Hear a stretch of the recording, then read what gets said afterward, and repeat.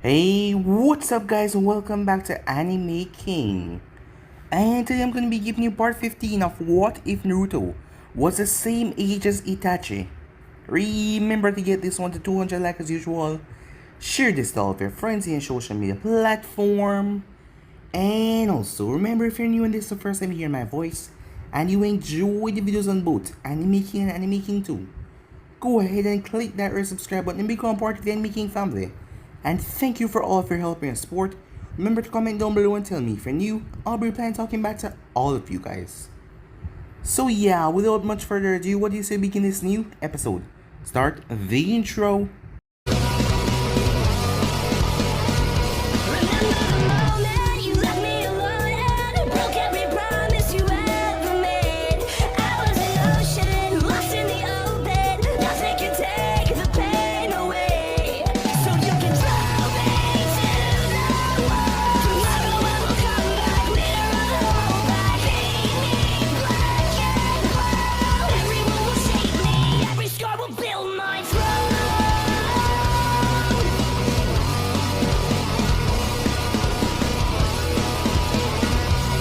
So, the last time we left off, as Naruto took his students with him, as they were going after Tsunade. On the road, he taught each of them a different technique, as they made their way to find Tsunade. As they searched, but eventually they found her, as she was in a bar. As he came to talk to her, and told her to return to Konoha. As Naruto was frank with everything because he told her she will become a missing nin, and he will be sending hunter ninjas after her. But she didn't really seem to care.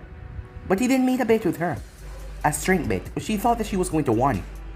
As the both of them made their way outside, as they started to arm wrestle, Naruto used tip-top speed to win the first match, as Tsunade didn't even know what happened before he dragged down her hand. The next one, Tsunade reinforced her strength, as she was able to bring Naruto down. As Naruto entered the third gate, yes, that was all he could manage to do, as he had learned a long time ago how to enhance his speed with the gates, but the side effect of it, Naruto didn't really like it. So the both of them started to go at each other, but Tsunade held up her hand, as she was much more physically strong, as she pumped everything into her palms, as she held on to him. But Naruto ended up building a Rasengan right in his palm. Not the real Rasengan, just the manifestation, as it blasts her hand down to the stone rock, destroying it. As she said that he cheated, but still she lost. So she was forced to come back to Konoha. As they made their way there, Hiruzen was happy to see her, as she took over the hospital, as she met Anko, the rather troublesome Anko. If the girl wasn't pregnant, she would have knocked her out already for touching her chest. They went by the room to see Teiwaya, as she was getting a withdrawal, yes, from the curse mark. As she was asleep though, Kabuto was in there, as he wanted to kill her, tying up loose ends for his lord. But to his surprise, he was captured as Shikaku, Tatsumi, and Choza. Yes, Ibiki had determined this one to be the traitor. He was the highest suspect, and it was him after all. As he managed to capture him, Naruto was pushing more into the title of Hokage, Hiruzen just barely helping now, as things was going easy for him. Well, not easy, but he was settling in well. It was then that the Sanbai was attacking a valley near the Land of Fire, as Naruto made his way towards Kiri, along with a group, as he had the other group with him, but they were hidden in the shadows, as he went to speak to the Mizukage there. As Naruto and his entourage were brought to rooms, where he summoned the envoys that came there in the room. As he had them spread out, they gave him information that Akatsuki was here, but Naruto had to just go on with it, because the Sanbai needed to be taken care of, as he spoke to me, as he told her he could offer a hand to help her steal a Sanbai. Kiri didn't have much when it comes to Fuinjutsu, so that was a big help, as she accepted his help. But she saw he was already ready and packed, like he had been setting up this for a while now, as he told her, it's for the best of everyone after all. Rampage in Bichu was the good thing. So with that, he made his way out there, as his envoy started to set up everything. But it was then that Deidara and Sasori then showed up, as the battle began. As Naruto took on Deidara, as he started raining down bombs on Naruto, as Sasori went after Mei and Komaki. So yeah guys, that was basically as we left off. You guys can switch across the page and check out for yourself. So what do you say we begin this new episode? Far from the battle that was going on with Naruto and Deidara, Mei and Sasori, has yet to move from when they began their exchange. May be at a slight disadvantage, being in the water, where her lava techniques were not very optimal, but she was far from defenseless. Even now the thin veil of her boil technique was evaporating, taking away the melted useless lumps that were once poison's kunai, as Sasori had launched them towards her, as they couldn't even get to touch her because they were incinerated by the acidic boil that she created. An impressive technique. I look forward to figuring out how it takes. When you lie on my workshop table, said Sasori. Sasori of the Red Sand, said me. Yes, I heard about your techniques with your human puppets. A shame. I had always somewhat admired the sand puppet core. As Sasori started to shift through his cloak, both of them glanced up briefly as a massive explosion tore through the sky. That was enough of a distraction for Sasori to launch himself forward at incredible speeds. But May wasn't Akagi for nothing as she leaped back as something burst out of Sasori's cloak, but she managed to get away from it as she landed elegantly on the water in a slight crouch. As she looked at the new weapon, it looked like a tail of a scorpion. Appropriate in her mind given his name, as she could see the purple poison dripping off it. And know that his cloak was tear because of the tail, she could also see the joints on his body. Now, she said, don't you know it's rude to keep secrets from a lady? As she tried to find where Sasori was really hiding, because this in front of her was a puppet. As she narrowed her eyes down and looked around, and it is rude to keep on waiting, so I will end this quickly so we can mop up that new Hokage. I would recommend not underestimating that one. I have already made the same mistake once. As May could not find him, she would just smash all his little toys until he revealed himself. As she brought her finger up, she started to spit out lava like bullets. Each was hot enough to warp the air around them, but not fast enough to catch Sasori, as they land in the water with a hiss. But the steam failed to just go away after the thing dropped in the water. But Sasori realized what was going on too late, as she had hidden her hidden mix technique under the guise of the steam that her lava created. As the place was shrouded in an impenetrable area of fog, a canister came on one of his arms as he blew away the mist. But May already descended upon him with a punishing axe kick, with her lava over it, as she cracked into it with so much force, the lava helping burning through the joints. But something flashed out of it as he got burned in his shoulder, just a bit. As Sasori tore off his black cloak, brushing off his shoulder. That was one of my best puppies, he said. Oh, I'm sorry, said May. I didn't know that it was your favorite toy.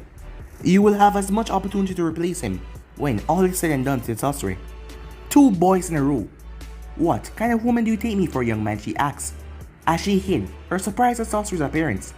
For a man who was supposed to be in his late 40s, he looked younger than Naruto. But an irritation bubbling in her stomach, some people would wish they age as slow as that. It won't matter soon enough. But all of that was cut off when the standby roared, and the entire place turned white. Meanwhile, Naruto was sick of dodging. He may have been fast and agile enough. He wouldn't be running out of chakra anytime soon, but the fight he did not enjoy it, as he had to dodge every single time. His fights usually were sprints, but this one was turned into a long marathon. Even on the standby shell, Naruto was able to dodge Deidara explosive. But the same thing that prevented Deidara from catching Naruto was the same thing preventing Naruto from catching him, the distance between them. As Deidara was curling a clay dragon, throwing Irish and kunai was a waste. The dragon simply coughed up a smaller version of itself that swallowed the damn things. But the dragons did not explode, as Deidara was waiting for Naruto to go to 1 for him to explode it on him. But Naruto already showed that he was fast enough to avoid them if he tried. But at the moment, 2 of them were in a deadlock. But it wasn't just 2 of them after all. There was a giant third player. The standby buck, throwing Naruto off his feet as Deidara fired on one of his C2 explosive.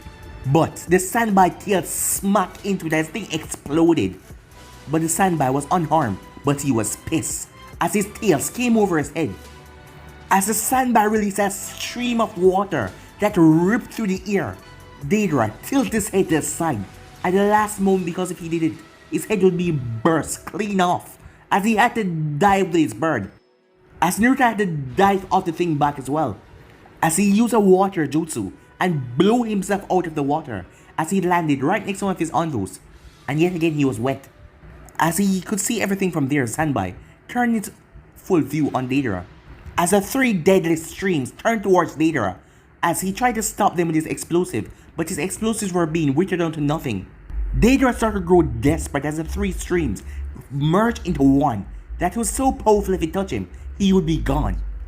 As he had to sacrifice his earlier dragon, as he had to quickly create a new one, as Deidara created a sculpture in his hand. Well, let's you chew on this, you giant, oversized turtle, Deidara shouted. The Sanbai started to form something. Anvus, brace yourself, said Naruto as the thing created a Biju bomb.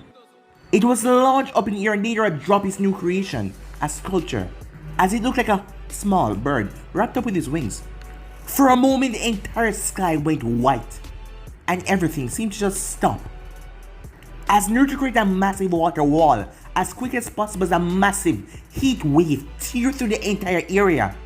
Even with the chakra pumping through his technique, the water wall was evaporating. As it took a few seconds for the wall to settle itself. As Naruto looked over, as his Anvus were fine, and the others, as he saw them protect themselves from the blast as well, they had come together and create a wall of water as well. The Sanbai, though it wasn't so lucky, its shell was glowing from the heat, and part of its body were smoking, as the explosion had knocked it straight unconscious. As Naruto turned to his Anvu beside him, the man was still holding on to the sealing technique. Now would be the best time to seal it, but he didn't know where Deidara ended up. But he found it unlikely that Deidara came out of that unscathed. Meanwhile, as Mei came out of the water spear, that explosion was deadly, but her Anvus reacted in time, as the Konoha Anvus and hers were safe. All of her Anvus should know how the Biju bombs was, but this one was more explosive. That must be because of the Hokage's opponent, she thought to herself. She looked towards her opponent, as he was in an orb of metal, as it was thousands of metal pieces. But the top part was red as the thing cracked apart and fell into the ocean buzzing. That fool, said Sasori. I warned him not to use anything so extravagant. As Mei looked at Sasori's puppet, I didn't think I would have the pleasure of making the acquaintance of two foreign Kages when I woke up. I'm afraid that he's long past the point of banter, as am I, said Sasori. I have to continue cleaning up that idiot messes, and that's my time being wasted. And I can't stand having my time being wasted. Don't we all, she said, as she flashed through Hansen and brought her hand up. As a mist sprayed towards Sasori and his puppet, but Sasori seemed rather unconcerned. Your acidic mist is an interesting technique, but you'll find my puppets are well treated against such degradation. The third Kazekage shot forward, as a good chunk of the iron particle came on his arms, creating two wicked blades. As Mei smirked, the funny thing about my mist is, everyone just assumed that it's acidic. Alone. She clipped her finger as a single spark flew through the air. The moment it touched the mist, the thing exploded. There was a splash as the Kazekage puppet was unaware. Even Sasori didn't know that would happen as the thing fell into the water. He only survived because he used the rest of the iron dust to act as a shield for him. His cloak hadn't fared so well though, as it fell apart to show his body underneath. I knew that it wasn't possible to look so good at your age without having a bit of work done. But that's a bit too much, she said. Sasori ignored her as a cable came from his stomach. When I kill you and transform you into a puppet, you will be the same as me, free from aging. A perfect marriage of art and immortality. Although you're not as valuable as the ones that you destroyed, it will be a start and I will take great pleasure in it. He missed Mei mumbling to herself. Age, in perfect marriage, have no value, can't offer pleasure. I'm gonna kill you, she whispered. As she launched towards her and breathed out that thick crescent of lava. His hand immediately came up, a small tube came in from his palm. As a stream of water blasted out like the Sanbai, as he cooled down the lava as it dropped into the water, useless rocks. As he turned his hand as the water density increased into a stream that can cut through solid rock. As it split Mei in half with ease. Too easy. Sasori turned. As if his eyes could widen in fear he would, as Mei was right in front of his face. You are clearly inexperienced woman. Otherwise, you'd have known better, she said. As she kissed him. But this was no ordinary kiss though. Orange veins started to come on his face. He tried to cut her with his cable but she jumped back, looking on. He grasped his neck. His compartments were shutting down, lava was streaming through his body that she pumped into him. He was luckier than most though. If he was still human, the technique would have been excruciating. In a last-ditch effort, the tiny part of him that was still organic launched away from his chest, launching towards where the Kazekage had sank into the water. But Mei caught it as he tried to stick her with chakra strings. "You should have learned to grow old with some dignity," she said. A final breath of acidic mist put him out of his misery as she tossed the boiling lump into the water. As she turned her head, as she wondered where the young Hokage had gotten himself.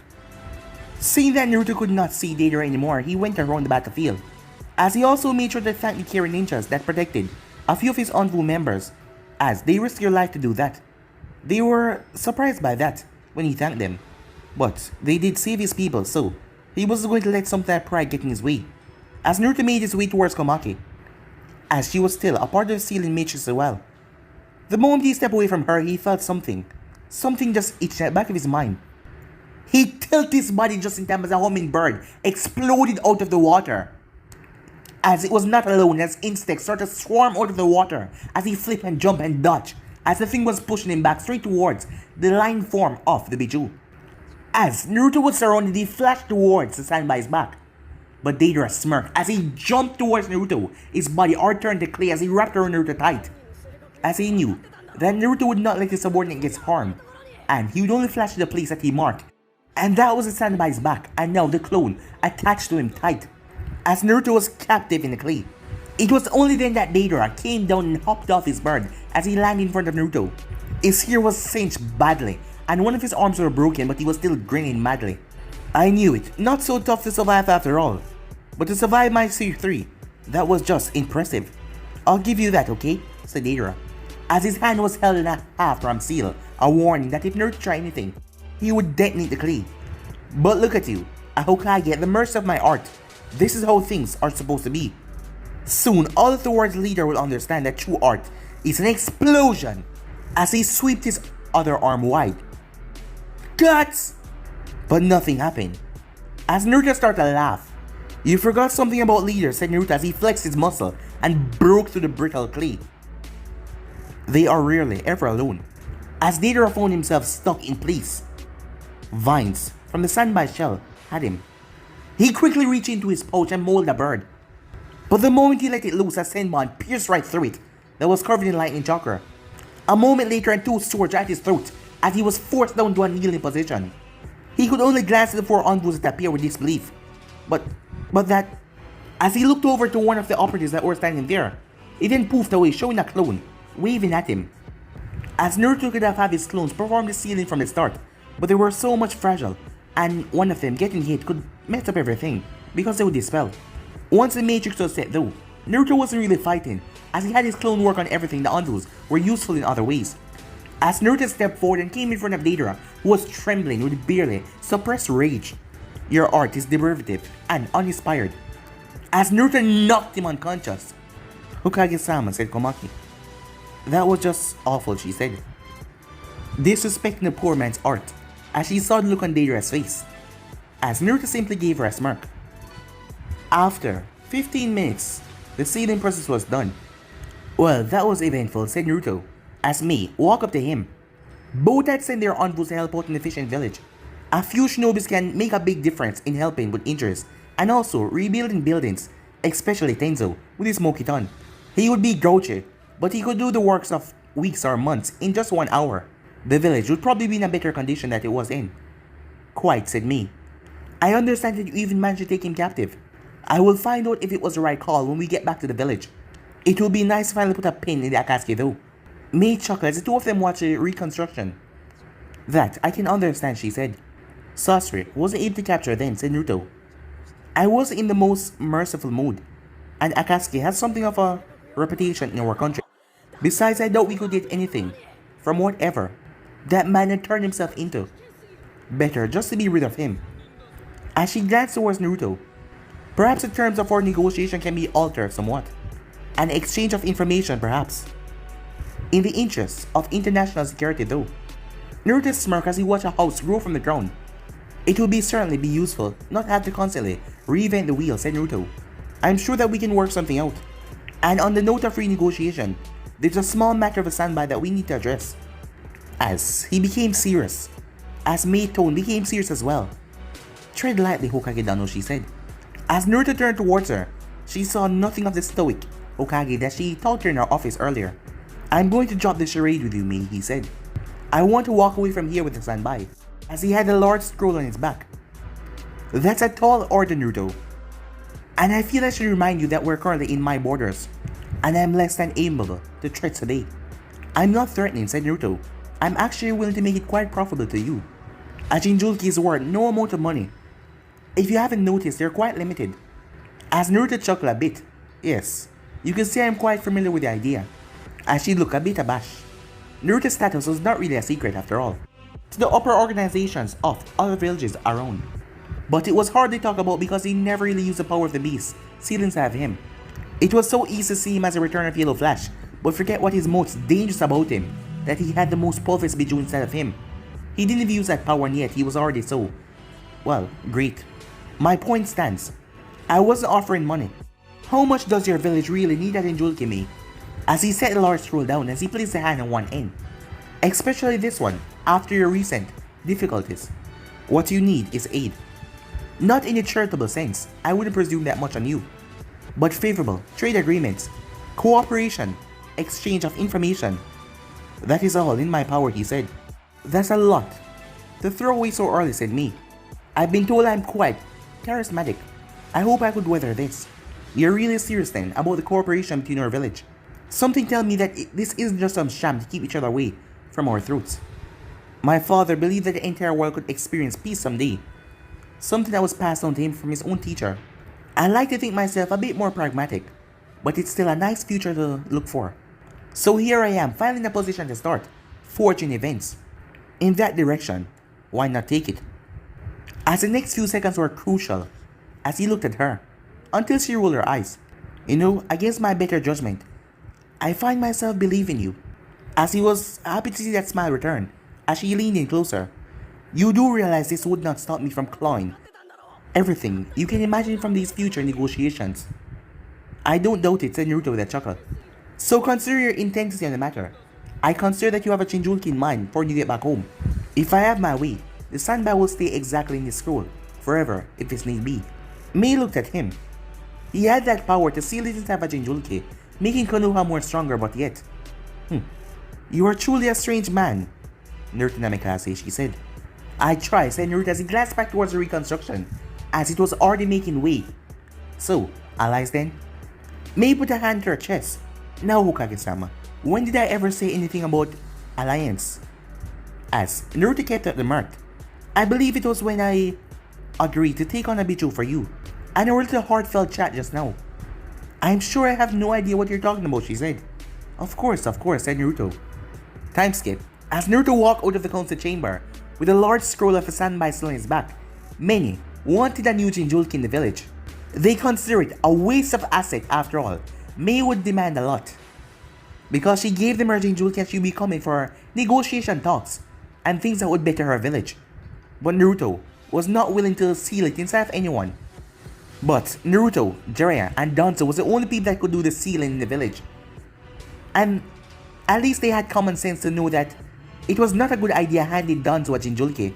He might have been good at concealing his darker nature out in the open, but there was just something about him you could not trust. So, Naruto simply asked him a single question. Are any of you offering your own children? Even Hayashi wasn't cold or detached enough to say anything about that, although he was one of the quietest in the room, as he didn't argue for making another Jinchuriki. Despite the way he acts, he always has a secret soft spot for his children, and when Naruto asked him if any of them are offering their children for the beast to be sealed inside of it, they all went quiet. If he was honest with himself, if any of them had said yes, Naruto wasn't sure if he could stop himself from not killing them on the spot. His child hadn't been born yet, and he couldn't even imagine giving them such a burden. He didn't know what they said about his father, and he'd rather not think about it. And speaking of his child, so what? I find out that you're back in the village from the Bluster twins now. Despite that she was glaring at him, Naruto smiled as he saw Uncle. All of the crap that went on. Urgent business, said Naruto. Why were you with Iceborne Katetsu? For the dynamic dolts they are, they have surprisingly good gossip. And it's not like I have much else to do right now, since I'm currently on medical leave. Don't change the subject though. What's so important you can't even stop and say you're home? As Naruto adjusted the scroll on his back, the kind of business that doesn't wait. Uncle waddled over to him as her belly was becoming a lot larger as she patted the scroll. So it's true, you do have a bit in there. Okay, there was no way that Aizumo and Katetsu could know that. How could you possibly... As Uncle grinned, stopping him. You were just speculating, and I just went and confirmed it for you, didn't I? You know, one day, I won't fall for that stupid trick. Not with me you won't. But seriously, I bid you in a scroll. Isn't that kind of delicate? I have a wild computer seal, a decoration on a different storage seal, so if one star... You don't understand what I'm talking about, right? Yeah, Uncle said. You're saying that's a really strong seal, isn't it? Yes, basically. It's a very strong seal, said Naruto. And you're carrying it on your back. Can you think of anywhere safer than her to ask? As she looked at him. Alright, I engraved the Irish marker on the thing, so I'll always know where it is, he said. You gonna start a collection or something, she asked. Everyone needs a hobby, he said. But that is just gonna get other villages pissed at me. This was likely a one-time thing. Uncle shrugged as she put a lot of faith in Naruto. If he thought it was safe, then it was safe. She wouldn't doubt him. As she then pulled him into a searing kiss. After breaking it, she smiled. Did I mention that you were out of the doghouse? Until she placed a hand on her stomach. Maybe I have to get you back for putting a kicker in me. As she rubbed her belly in slow circles, as Shizune had instructed her. Yeah, our girl is a kicker. Our girl? Said Naruto. I got a hunch, said Uncle. Call it maternal instincts. Speaking of, said Naruto, where's Haya? Oh, she's playing with her kiddies.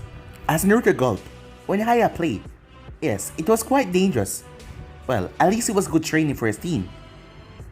On that note, there are some people I need to make note that I'm back. As long as I'm the one you're saying goodnight to, she said. As he gave her a kiss. Good boy, she said. Oh, and Jiraiya's in the village. He wants to meet when you can.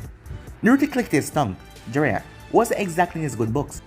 Sure, I'll get around to him eventually. But there are a few people a little higher on my list. Alright, see you in a... Show off, she said as he already flashed away. Time skip. As Naruto watched his students, as Ami was spread out on the ground, trying to catch her breath. Sakura was leaning against one of the training posts. Sasuke was standing, but there was a slight hunch to his back, as he was resisting, going on his knees. It's nice to see you all coming so well, said Naruto. Especially going a long way with those techniques I showed you. I'm going to start arranging some solo mission for you guys as a team, to get you that on-ground experience. What brought this about, Sensei? Ami asked, taking deep breaths. It's been heavily suggested that providing too much of a safety net for you guys might stun your growth. I think that's a crock, to be honest, but with my recent responsibilities, as he touched a scroll on his hip, and your guys' undeniable growth. Even I have to admit that having you guys out there on your own can only improve your abilities. That's brother talk, for I am super busy, but you guys are like super strong now, so maybe you don't need me so much, I think Haya said, as she was on top of Naruto's shoulders. Thanks, Speed, sir, but we got a pretty good grip on Naruto talk by now, so we think we knew what he meant, said Ami. Yes, keep on unraveling me as a mistress, said Naruto, but I have other places to be and yada yada yada to do, so... As he turned to walk away. Of course, Hokage-sama, said Ami. Keep it up, and I really will demote you, said Naruto. So you keep saying, she shouted, as he vanished. As she glanced towards her teammates. Who's up for following him then? Why, Sasuke said as he straightened up back. I have better things to do than trail Sensei around until he get bored and flashed away. They just stop us when we were younger, said Sakura with a shrug. Yeah, but where's your sense of adventure? Probably somewhere back in those trees, along with my sweat. And don't call me that, he said to Ami. Come on, you know that you're intrigued by that big ass scroll. Of course I am, but it's rather futile of trying to follow Naruto Sensei anywhere. He's got a point, said Sakura, but I have to admit I'm curious. I know, right, said Ami. What do you guys think is in there, she asked. I couldn't see anything with my Sharingan, said Sasuke. Oh, so it's super secret then, said Ami. Alright, so comply with seals that it negate my vision. We are talking about Naruto Sensei after all. Well, it's a big scroll, said Sakura. Can't be too many things that it can be. Summoning contract, Ami said. Sasuke shook his head. He has shown no indication of having one before. Why, start wearing it now. Besides, summoning contracts are usually held by the summons themselves, unless the summoner requests it. As the two of them stared at him, I may have looked into any report to see if my clan had any summoning contract before. And really, you would think that Sensei wouldn't boast if he got his hand on a contract. After all, they're quite rare, you know? What do you think he would get? I bet it would be something ironic like turtles or something. No, I don't think so. After all, Guy has a turtle summoning contract. Once again, the both of them stare at him. Seriously? How do you know that? Sasuke gulped as he heard a voice in his head. My youthful comrade Sasuke-kun, let us spar. His clone, and I refuse to believe that there's anything else, has a fixation on me, said Sasuke. Sakura shivered as well. You're not alone. A mutual understanding passed between them as Ami breathed up. So what then? Something sealed? Probably the best answer, said Sasuke. What would be so important they will need Sensei constant supervision for him to carry it along with him? A bijou? As the two of them stare at her. Don't be silly, Ami. That's the stupidest thing I've heard all day, dope, said Sasuke. Seriously, that would mean that Naruto Sensei was walking around with a bomb on his back, all doing practice. Yeah, even to Major Head is not that reckless. Besides, that would mean that he was risking war with another village if he got their bijou, after we just got out of one. Okay, said Ami. Jeez, I was mostly joking anyway. So, what then? Some serious criminal that is so dangerous Sensei need to keep them locked away and always be their warden. Probably, said Sasuke and Sakura. You guys want to break in his house to find out what it is? Asked Ami. Because that went so good last time, said Sasuke. As he reached up to touch his eyebrows. The last time they did that stunt, he lost them. Oh come on, we're stronger than what we were back then, and we're more stealthy this time. Why don't you just ask the psycho? Anyway, isn't she your mentor or something? Said Sasuke. Don't call Anko a psycho, she's just quirky, said Ami. I'm going to, but if it's a village secret she won't tell me. Even though she's jokey, she's kinda serious about those stuff.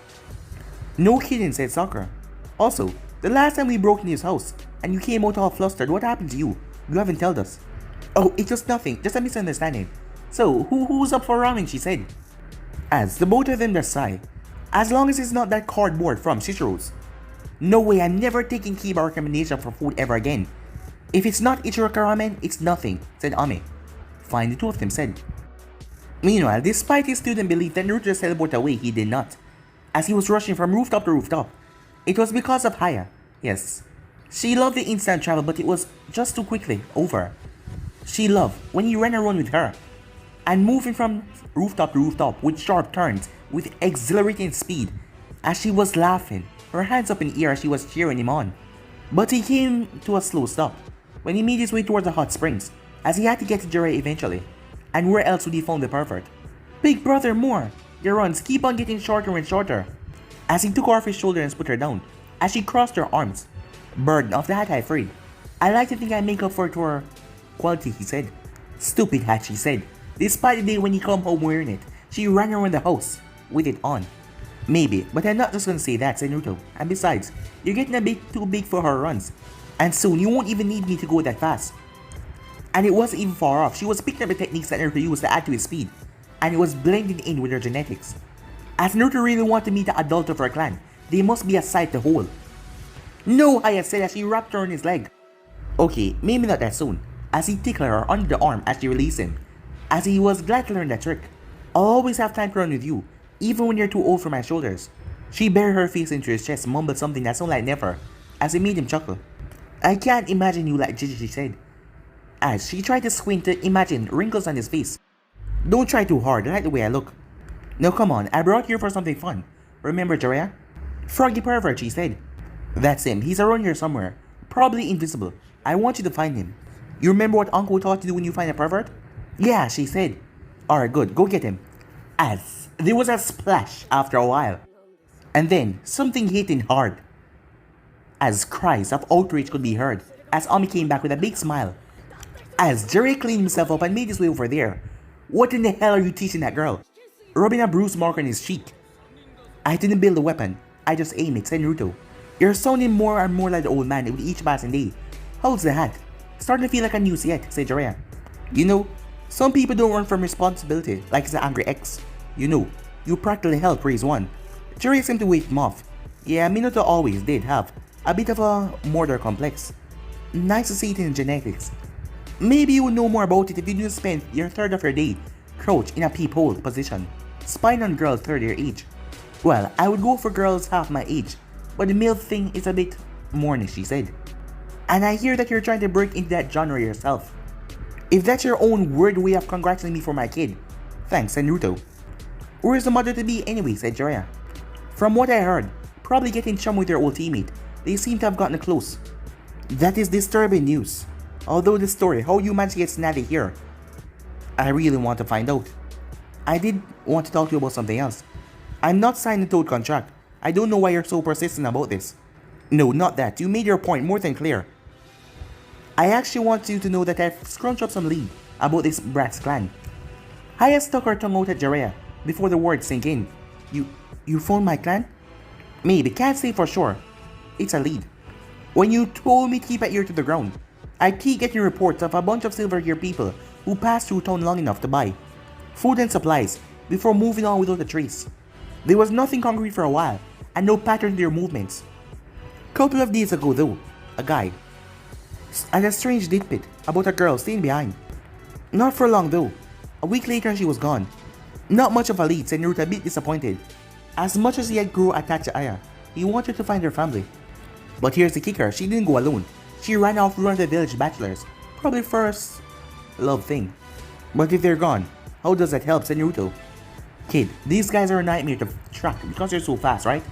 Oh, said Naruto, but the civilian isn't. He will leave a more prominent trail. But not for long, damn. It's always when I just get back, isn't it?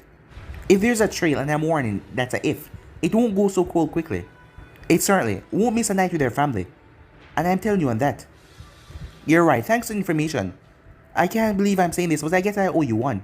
Oh, a favor from the new Hokage. I'll make sure to catch that in soon. Sure, whatever, just make sure not to get beaten to death by a mob of angry women before it. Hasn't happened yet, Jiraiya said, as he returned to his work. As Naruto saw Haya pulling at the edge of her shirt, looking distracted, so he swept her up onto his shoulders. Come on, Speedster, he said, we better get home. We'll have a busy day tomorrow. Do you really think that we'll find the clan, she asked. I don't know, Haya, but I promise you that I will try. And I don't intend to break that anytime soon. Come on, I feel like taking a long way home tonight. We can even stop by that ice cream place if you want. For all the weight that had been piled on her shoulders, she was still just a young child, and she was very predictable. The one that does sprinkles, she said. You bet the one that does sprinkles, he said, as he shoot off with her, and she screamed in joy. Time skip. Naruto woke up with a start, as he glanced through the window to see that it was about 3 in the morning. That was strange. Under the best circumstances, Naruto was a light sleeper, as he did not wake up without reason. There was a strange itching sensation in the back of his head that he could not pin down, as Uncle was on the other side of the bed, as she was wrapping around her pillow, as Haya was in the middle of the bed. She hadn't done that for a while, but it seems that news about her clan had rattled her a bit, as she crawled in bed with them. Naruto crawled out of bed as he got his things and his Hiyori. He could technically check the seals from anywhere in the house, but he didn't want to disturb the family if it was nothing. Seals. What the hell? Naruto could not feel a marker on the standby scroll, as he tried to flash to it, but he felt like he was slammed right into a wall and bounced back. What the hell? Something was wrong. The seal, it didn't feel far away. Usually he could block out all the seals, but when he wanted to, you could track all 10 down because it was a trace, a sensation. But this one didn't seem far away. It felt like it was muted. It was trying to listen to our conversation, and there was thick layers of carpeting between them. You could tell that someone is speaking on the other end, but you could not fully make out the words. As he slipped through a window and went to the rooftops, immediately regretting not putting on some sandals, as he focused on the marker, as his mind was drawn towards it. By the time he came to the place, he thought that something must be wrong with him. It was just an empty intersection, nothing around him, but the tug was still there. If it wasn't up, it wasn't side to him, then it was underground. As he sank into the earth, using a technique that he taught to his students on his first real mission, as he went through smoothly until he hit a layer of reinforced concrete. Naruto knew the village at the back of his hand. Well, he thought he did because there wasn't supposed to be a reinforced building underneath here. His hand then lit up with a swirling Rasengan as he blasted down into the concrete, as he felt the marker. And he could flash to it now, but he took focus on where he was, as he saw the tunnels going in all kinds of different directions.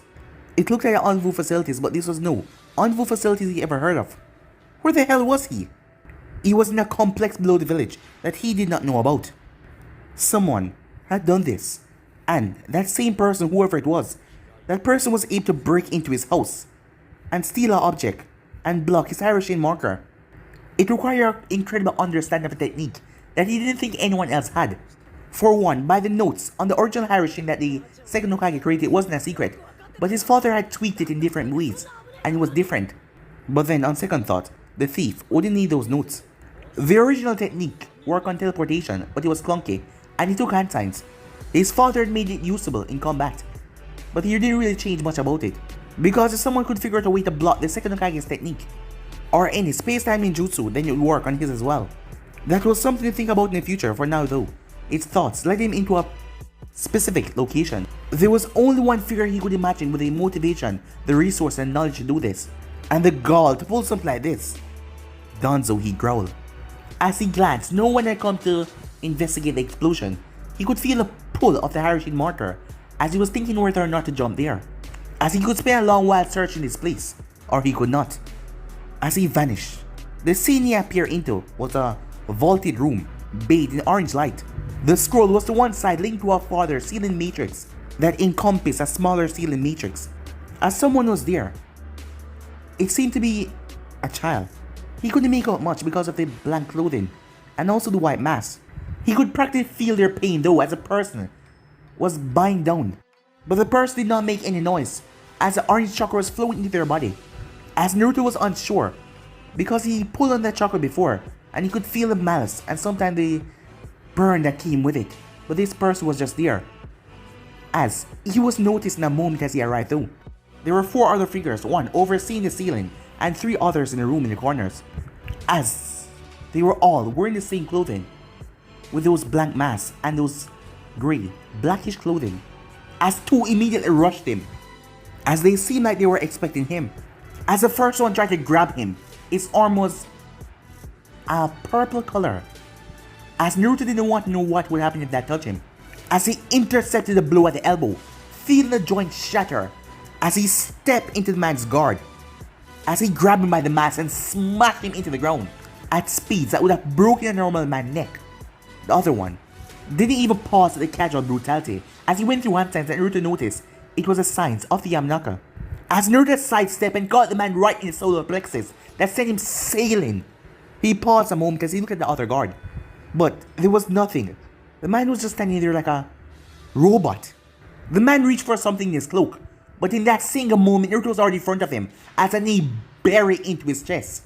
As he smashed into the far wall as he slumped down. As Naruto turned towards the one overseeing the ritual as he grabbed him by the cloak.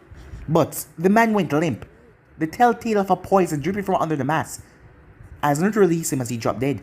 Damn it, Naruto says he turned towards the ceiling structure as fast as he could.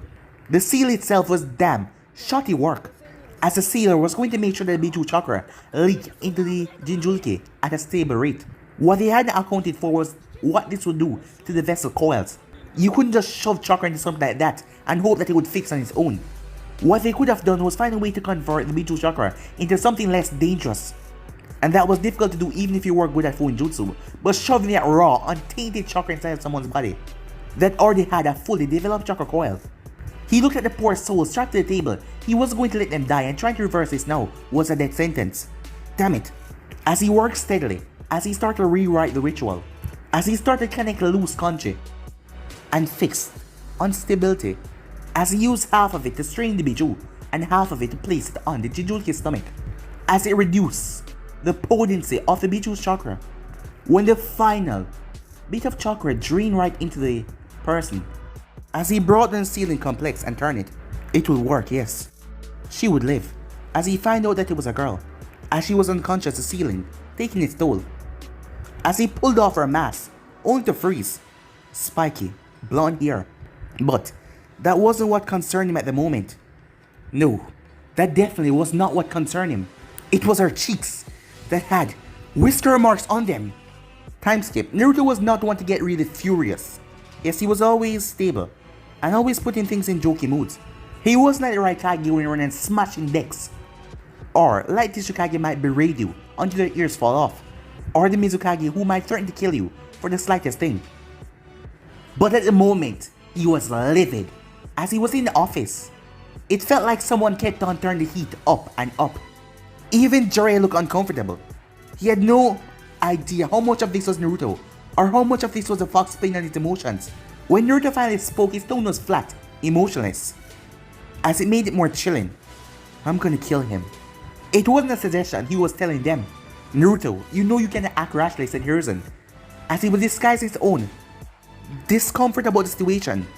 I am just as furious as you are. I doubt that, said Naruto, his voice level and calm. That was inappropriate, I apologize. I didn't mean to make light of the situation. He's trying to tell you not to do something you regret later, kid, said Jiraiya. But he seemed uncertain of his words. Who said I'm gonna regret it, Naruto asked. People often said that rage made people act unrationally. But they were wrong. In his anger, everything was clear to him. It seems like time had slowed down to a simple crawl, as it gave him enough time to think how many ways that he could kill, brutally murder Danzo Shimura, until Hiruzen spoke. Regardless of the crime or his uncertainness, caution must be given. As it stands, there is no proof. Proof? As Naruto turned towards Hiruzen, but he didn't seem to be looking at Hiruzen, as he was just blank, his face. You couldn't tell what he was thinking. The man kidnapped my sister on the day my parents sacrificed their life. Everything for this village. Kept her locked away. Brainwashed her into one of his foolish toy soldiers. And was about to make her unstable Jinjul get out of her. This isn't about proof. At that moment, the sun broke over the horizon. For a moment, Jiraiya swore that he saw Naruto's eyes turn red. Or it was the sun or something.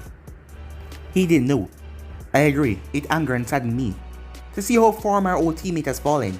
A sentiment that I am sure is perfectly understood in this company. But you must understand how it may appear. You found a secret base below the village, now populated by a dead man, conducting a seal on a dead girl that should have died 15 years ago. Despite where the evidence may point, it is nothing but conjunction. And I am the Hokage, said Naruto. But guys, be insubs right here. If you want the next part of this or news, do like, subscribe, comment down below, and turn on the bell notifications they posted. Remember to share to all of your friends in social media platform. And also guys, stay tuned for the rest of the what ifs coming your way, and I hope you guys enjoy each and every one of them. But I'm off for now. See you guys soon. Peace.